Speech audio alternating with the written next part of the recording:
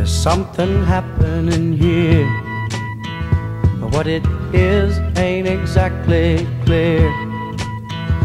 There's a man with a gun over there, telling me I got to. Good morning and happy Friday to you all. Today's discussion, the leaked draft firearm control amendments, the implications, where they're coming from, and what the road forward is. And it's a bit of an extensive topic, so we're going to jump right into it and start unpacking straight off the bat.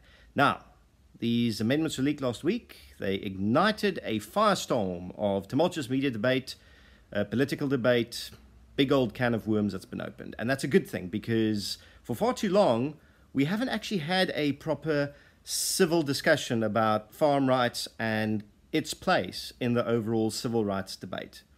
So this document came to our attention, we got it into the news cycle, and it kicked up the fuss it has because its implications are so dire and far-reaching. I have a summary of it that I wrote, and I've linked it in the description to this video. Just to go through it quickly, you will no longer be able to license a firearm for self-defense. It's no longer a good reason to own a firearm, so that option is removed from you. You must now wait for the police to come save you. You're not allowed to have a gun to protect yourself. The response times are more accurately measured in hours rather than minutes, so you're on your own, folks. The cops can't protect you. We're the 7th most homicidal nation on earth. You're not allowed to have a gun. Better get a pointy stick, because that's what you're going to be left with. Regarding sports shooting and hunting, it doesn't look any better either. Those activities are very badly affected, and the implications of that is it could kill off the sports shooting and hunting fraternities, effectively kill them off. Bar a handful of individuals, much easier to control. Speaking of control, the purpose of the original the present Firearms Control Act of 2000 is to enhance the constitutional right to life and bodily integrity. So it has its origins and its foundations in the Constitution. The new one has as its purpose, or the rather new proposed one, has as its purpose as follows, which is to ensure restricted access to firearms by civilians to ensure public order. Sounds rather tyrannical, doesn't it? Very state of emergency conspiracy theorist, but there you have it. It's a civilian disarmament agenda. The state wants to ensure it can control the citizenry, which is not part of its mandate. That's not the point of government. That's the point of tyranny. But they want to control people better, so the best way to do that is to disarm them through very restricted access. You can put a pin on that one. Now, where does this stuff come from? It hasn't gone through its formal processes in Parliament. We believe it has its origins somewhere within the South African Police Service, whether it's within the halls of the police SAPS legal services, with inputs from the Civilian Secretariat. We're still trying to figure that out. The SAPS refused to comment on this issue. Initially, they said, no, it's an internal discussion document. Nonsense. Okay, this thing has been meticulously put together and crafted over a period of many months. It's very well cross-referenced. It's very thoroughly done. You don't go to this amount of time and effort and expend resources on a project of this nature as an internal discussion document. Please don't insult our intelligence. Okay, like, we are not that stupid. Brigadier Vishnaidu, the national spokesperson of the police, refuses to comment to the media because the SAPS is involved in a legal dispute with GOSA at present. That legal dispute is about the expired firearm license issue that they caused by sabotaging their system illegally back in 2016. That's got nothing to do with this issue. It's completely separate. Yet they're using that as they get out of jail free card to not, give any comment. Like, how disingenuous do you want to be? And again, how stupid do you think we all are? That aside, that point being made, that's where it comes from. Unfortunately, some firearm organizations have come out and said, oh, we're overreacting. We should have waited for this to go through its formal processes. And then, I'm sorry, last time we waited for formal processes, something got snuck through under the radar, stealthily, rubber stamped, and then we were saddled with it. Son's input.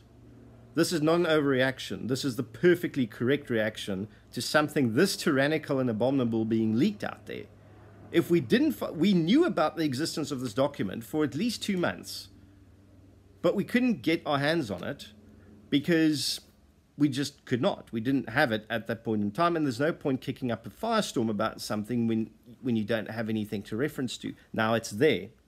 A lot of time and effort went into trying to discredit that document being real. Fortunately, we have people like Diane Kohler Barnard, who was one of the first, if not the first, to confirm its validity.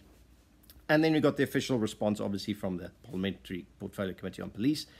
Now, the politicians who've responded to this media fire and are leading the charge are Diane Kohler Barnard with her superbly worded, very strong media statement, in which she makes no small veiled reference at Gun Free South Africa being the foreign-funded NGO that they are, and essentially querying how a body like them, with no broad public support in South Africa, can have such disproportionate influence on our democratic processes. And that's a really good question. Thank you for asking that.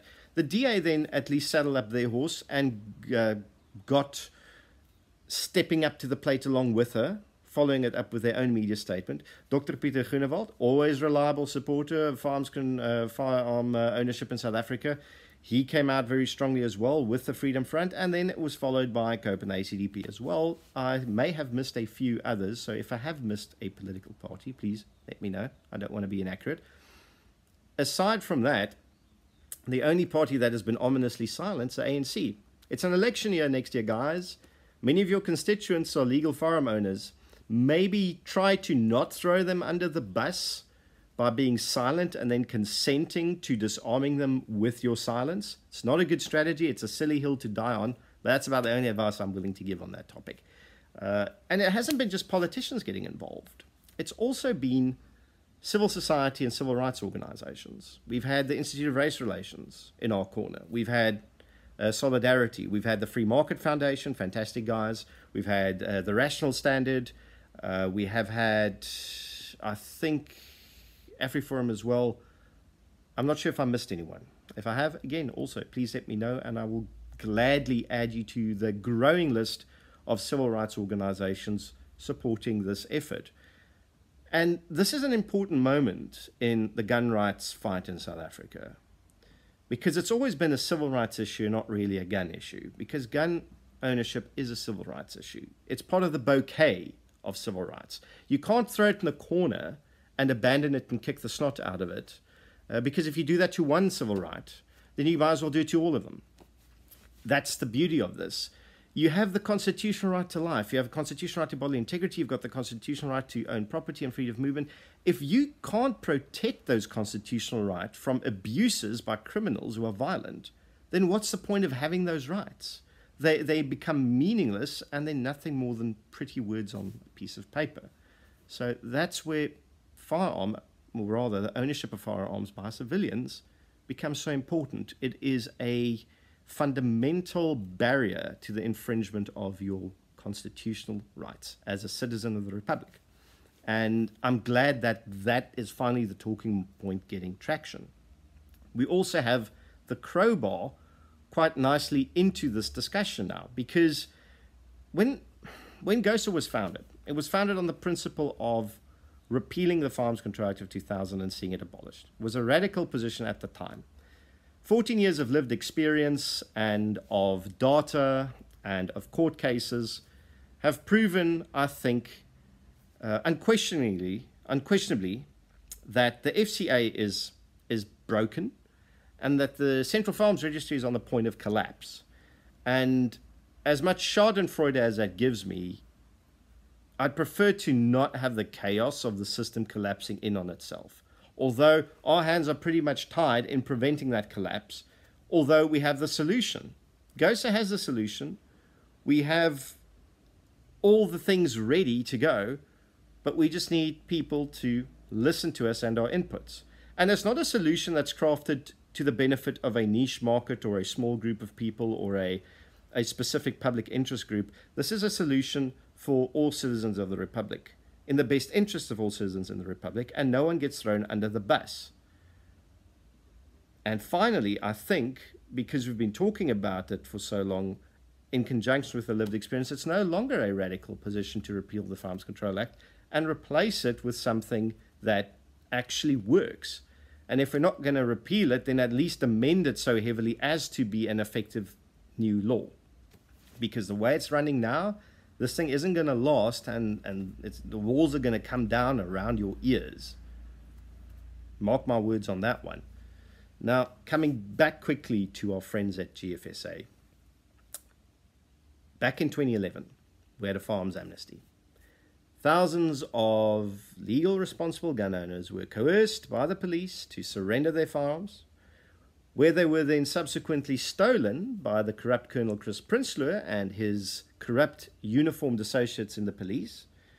These guns were then sold to violent gangsters, many of which were on the Cape Flats. Thousands of people were subsequently murdered with those guns, including many children. The man investigating the extent of this corruption, General Veery, was irregularly redeployed, and so doing, this entire investigation was effectively covered up. And to this day, we don't actually know the scope of all these corrupt activities within the police that got these guns that were once safe in civilian hands into criminal hands, where they were used to perpetrate murder with. Now, the implication of a law, an amendment like this that encourages the confiscation of guns from civilians, is we're going to have Chris Prinsloo 2.0. We're going to have more violence because it's a proven fact that we are better custodians of our guns than the South African Police Services of our guns, or theirs for that matter.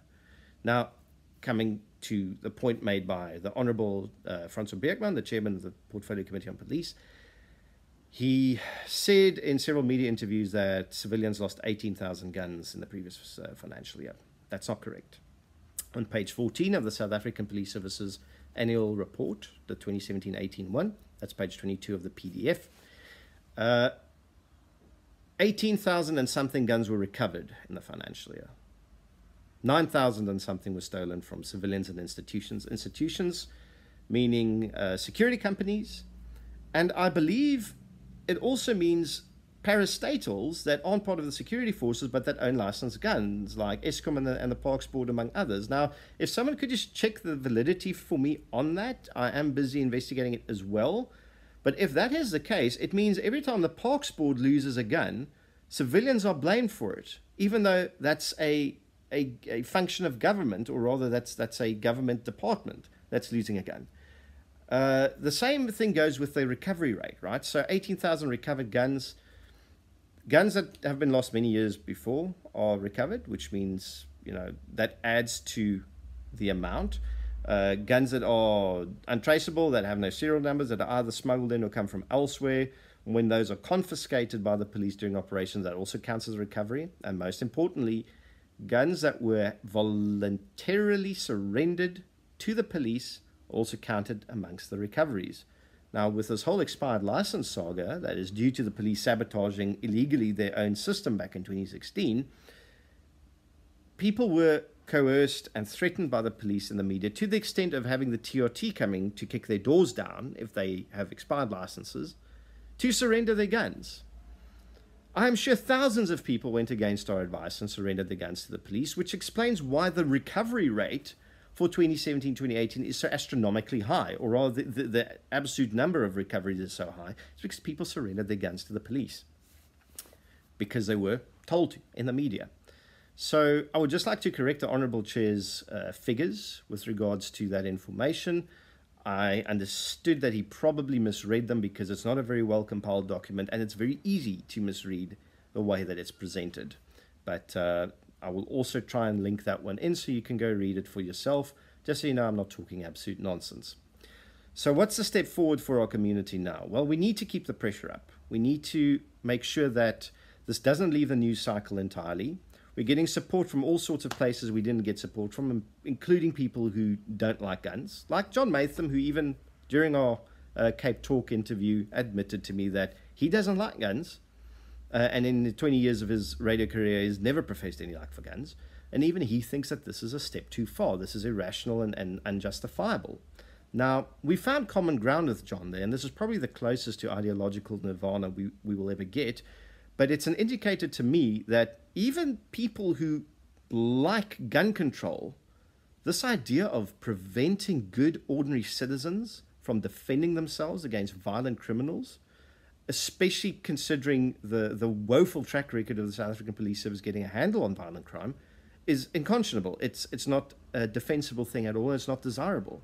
And thank you for that admission, John. I think that was a very big thing to say. And it is indicative of the overall public sentiment out there, which is overwhelmingly in support. From every poll I've seen, from every letter I've read, from everything I've seen in the news and in the newspapers, that the public is thoroughly in support of people having the right to defend themselves with guns. So the crowbar being in there, this discussion being had, don't let up on the pressure. Keep that foot in the petrol pedal and let's drive this thing forward, because it's time to present solutions, and we need your voice. It's powerful, it's strong, and it's loud.